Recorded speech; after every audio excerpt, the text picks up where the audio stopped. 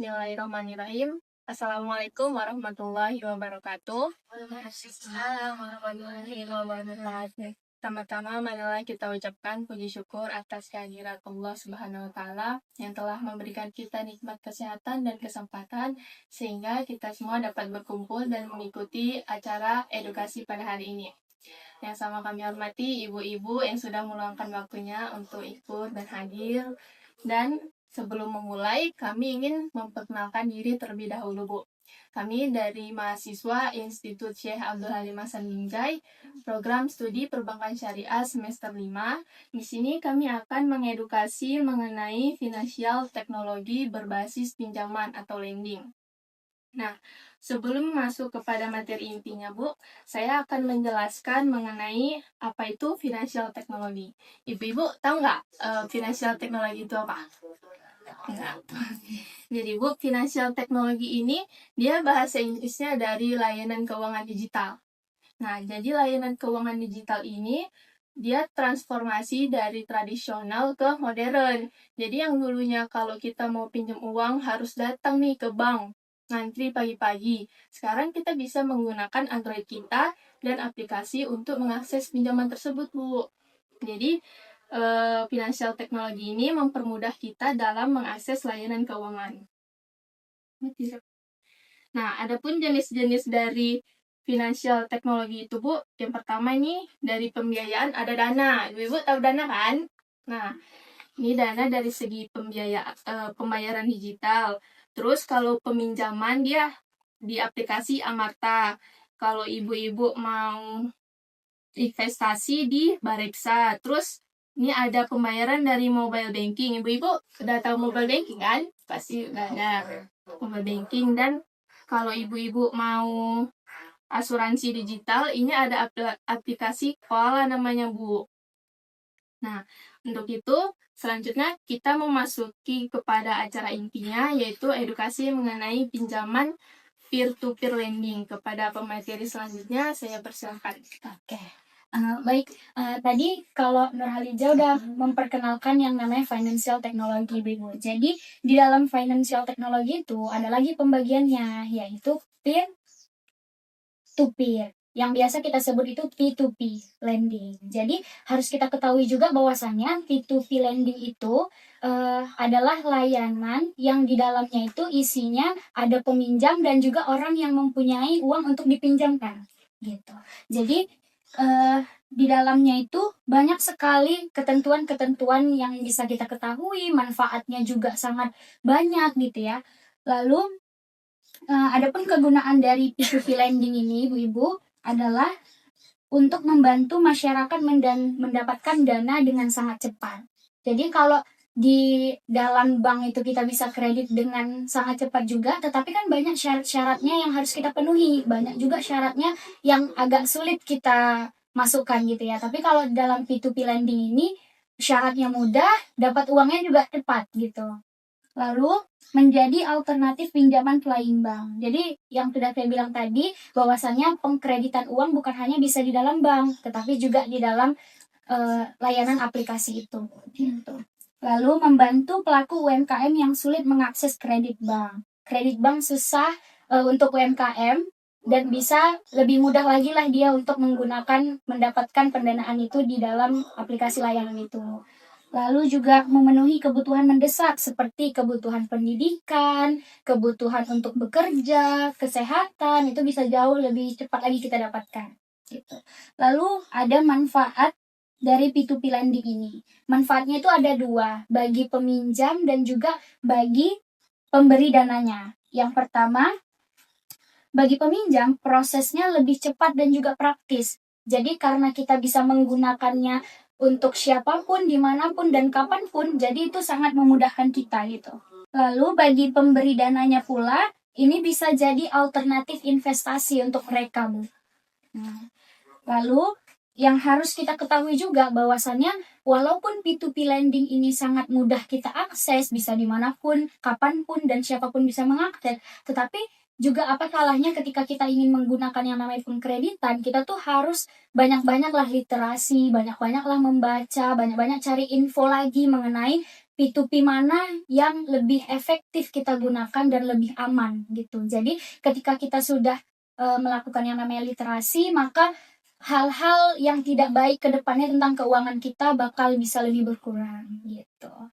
Lanjut mungkin kepada pemateri selanjutnya. Ini ada jenis-jenis dari aplikasi peer-to-peer, Bu. Oke, di sini saya akan menjelaskan tentang jenis-jenis P2P. Di P2P itu jenis-jenisnya itu terbagi menjadi dua, Bu. Ada konvensional dan juga ada syariah. Namun pada yang konvensional itu dia ada yang namanya sistem multiguna, yang dimana itu kita orang-orang yang membutuhkan uang kalau mendesak gitu kan, pasti kan itu dinamakan multiguna. Sedangkan yang syariah itu hanya digunakan untuk usaha produktif, kayak orang-orang yang berusaha itulah yang pakai yang syariah. Nah, di jenis-jenis P2P konvensional itu contohnya itu ada Mekar. Pasti ibu tahu kan Mekar itu kan. Terus ada Danamas sama Easy Cash. Terus kalau yang di syariah itu ada Dana Syariah, kemudian Etis, dan juga ada Kazwa. Nah, di Mekar, Danamas, dan Easy Cash ini, dari ketiganya, Danamas ini tadi bunganya itu 0,7%, paling rendah. Sedangkan yang lainnya itu masih rata-rata, tapi agak lumayan lah kalau kita bayarnya kan. Kalau sedangkan yang syariah itu, dia bunganya itu bukan bunga, tapi bagi hasil antara bank dan yang pengelola gitu. Tapi dengan bagi hasilnya itu 18% per tahunnya. Itu, Bu. Saya serahkan kepada pemateri selanjutnya. Nah, selanjutnya kan ibu-ibu udah dikasih tahu nih pengertian dan jenis-jenis dari peer-to-peer. Sekarang akan dikasih tahu, dijelasin bagaimana penggunaan dari aplikasinya. Baik Bu, setelah semua penjelasan tentang P2P lending, saya di sini ingin mengambil salah satu contoh aplikasi peminjaman online. Seperti contohnya itu ada di aplikasi Ada Kami. Aplikasi Ada Kami ini bisa Ibu dapat di Play Store ataupun App Store. Ini ya Bu, dicari di pencarian Ada Kami. Nah, ini satu aplikasi peminjaman online yang dimana udah terdaftar di OJK, sudah terakreditasi, dan dia juga anggota dari AFPI. Jadi sudah terpercaya dan aman. Dan dari sini bunganya itu mulai dari 0,03% saja, Bu. Jadi di sini saya akan menjelaskan bagaimana cara mendaftarnya, bagaimana cara mengambil pinjaman di sini, dan bagaimana cara membayar pinjaman. Yang pertama, setelah di-download, akan masuk di layar beranda di aplikasi Ada Kami. Seperti ini tampilannya, dan ibu-ibu akan langsung diarahkan kepada cek limit di sini. Diklik cek limit, langsung diarahkan untuk membuat akun di sini. Jadi di sini membuat akunnya dengan menggunakan nomor telepon yang aktif, karena nantinya akan masuk kode OTP dari SMS yang mana harus diisi. Setelah pendaftaran, diatur kata sandi ibu-ibu untuk di aplikasi ini agar bisa mengakses aplikasi ini. Setelahnya, masuk ke bagian data-data seperti KTP, verifikasi wajah, dan data pribadi lainnya. Di KTP ini, ibu-ibu harus memfoto KTP fisik dengan jelas. Setelah difoto, nanti akan tertera data-data KTP-nya. Segera diperiksa dan direvisi jika ada kesalahan lagi. Selanjutnya, setelah memasukkan KTP, kita akan disuruh verifikasi wajah. Jadi di sini akan ada arahan-arahan seperti cahayanya tuh harus terang, terus bisa didekatkan wajahnya, itu diikuti arahannya sampai berhasil. Selanjutnya diisi data pribadi. Data pribadi di sini tuh ada data-data umum seperti nama ataupun jenis kelamin dan lainnya. Dan dilanjutkan dengan informasi pekerjaan. Di sini diisi penghasilan ibu-ibu berapa per bulannya, pekerjaannya apa, dan yang lainnya. Nah, setelah informasi pekerjaan, ada di kontak darurat. Jadi kontak darurat ini berguna jika suatu saat ibu-ibu mengalami kendala dalam pinjaman, jadi ada kontak yang bisa dihubungi seperti keluarga. Di sini bisa 2 atau 3 keluarga yang akan didaftarkan di kontak daruratnya. Nah, setelah selesai, di sini ada dokumen tambahan dan ini opsional, bisa diisi ataupun tidak. Setelah itu, ada di proses penilaian. Jadi aplikasi Ada Kami ini akan melakukan proses penilaian selama 1 menit aja untuk menilai apakah bisa Bapak Ibu melakukan pinjaman atau tidak. Setelah berhasil, kita kembali ke beranda dan sudah ada limit di sini. Ini adalah limit yang bisa Bapak Ibu pinjam. Dan biasanya pemula itu akan dikasih limit seperti 1 juta lebih gitu. Nah, setelah itu, setelah sudah sampai limitnya, ada bacaan segera pinjam. Di sini Ibu tekan segera pinjam, dan di sini dimasukkan dulu rekening banknya. Rekening banknya yang dimana akan masuk uang ke dalam rekening bank, uang pinjaman yang Ibu pinjam nanti. Dimasukkan nama, nomornya, banknya apa. Setelahnya, kita masuk ke bagian berapa pinjaman yang ingin dipinjamkan.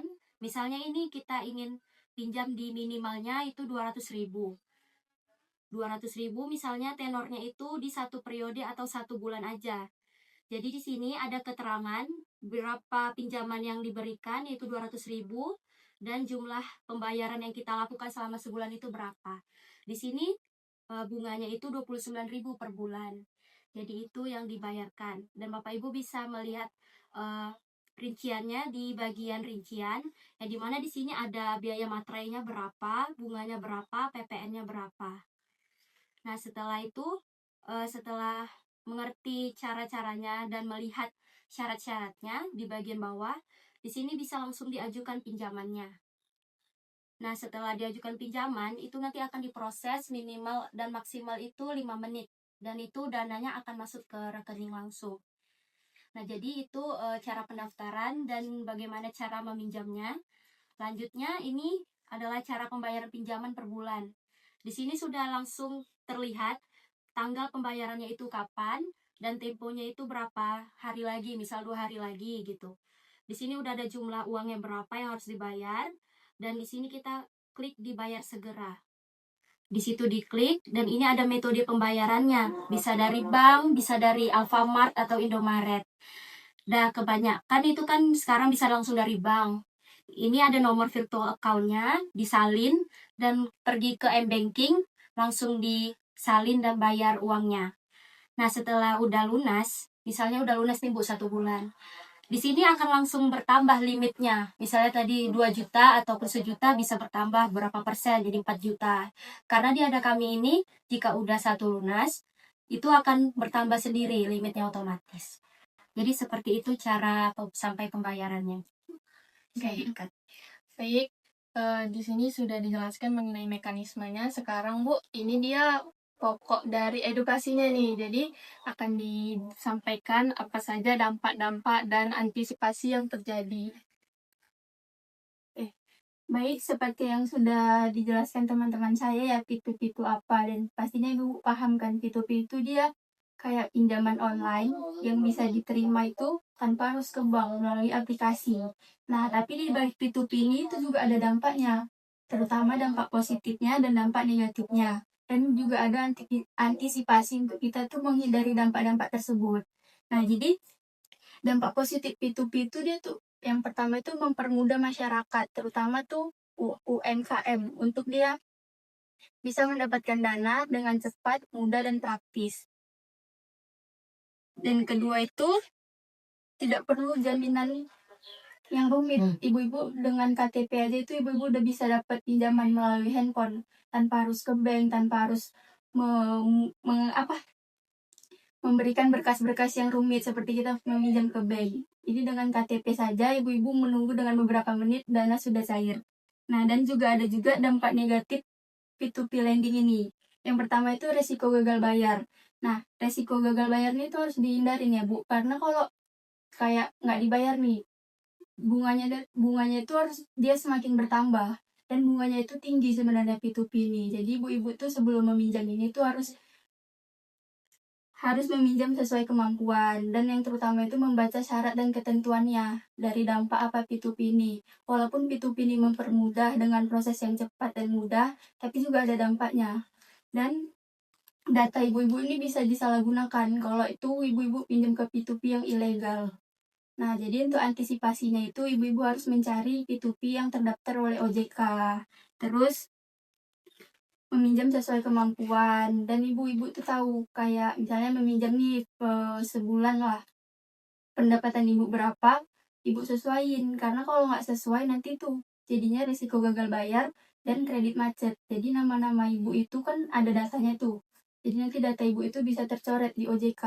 Kalau sudah tercoret kan itu dia susah untuk pinjam yang kemana-mana, karena namanya itu udah di blacklist lah sama OJK gitu, ibaratnya gitu. Jadi dengan begitu P2P ini dapat dimanfaatkan secara aman dan bertanggung jawab. Maksudnya itu kayak ya kita udah dikasih enak, jangan disalahgunain gitu. Kadang kan ada sih yang udah di enak nih minjem dari handphone, ketagihan nggak dibayar dengan data yang lain, dengan data yang lain lah gitu. Nah itu nggak bisa, itu harus dihindarin ya Bu. Jadi kalau memang mau P2P ini juga ibu harus berpikir dampak positif dan dampak negatifnya. Oke, baik. Mengenai P2P lending ini, apakah ada yang ditanyakan, Bu? Sudah Pak, jelas. Baik. Kami akhiri, Bu, sesi edukasi ini. Kami ucapkan terima kasih banyak kepada ibu-ibu yang mau hadir dan mendengarkan kami. Kami akhiri. Wabillahi taufiq wal hidayah. Assalamualaikum warahmatullahi wabarakatuh.